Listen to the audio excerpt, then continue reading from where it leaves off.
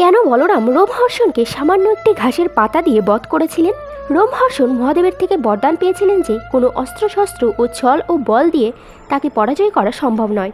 এই কারণে রোমহর্ষণ অমরত্ব বরদান পেয়েছে ভেবে দুয়ারিকার সর্বনাশ করা শুরু করে এবং শ্রীকৃষ্ণের পুত্রদেরও মারার চেষ্টা করেন। তখন শ্রীকৃষ্ণ বলরামকে রোমহর্ষণের সঙ্গে যুদ্ধ করতে বলেন আর একটি ঘাসের উপরে পা রেখে দেখান ওই ঘাস ধারালো অস্ত্রে পরিণত হয়েছে। কেননা এগুলো হলো সাম্যের গর্ভ থেকে জন্ম নেওয়া মুসলের কারণে সকল ঘাস ধারালো অস্ত্র হয়ে গিয়েছে।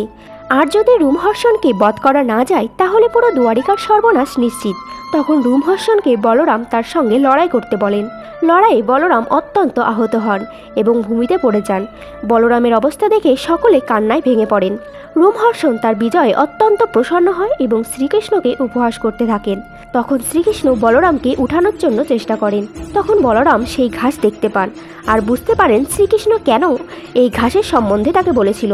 তখন বলরাম ঘাসের একটি পাতা নিয়ে ওঠেন আর বলেন, তোমার এখন এই পৃথিবী থেকে যাওয়ার সময় চলে এসেছে, এবং সেই ঘাসের পাতাটি রোমহর্ষণের দিকে ছুঁড়ে দেন।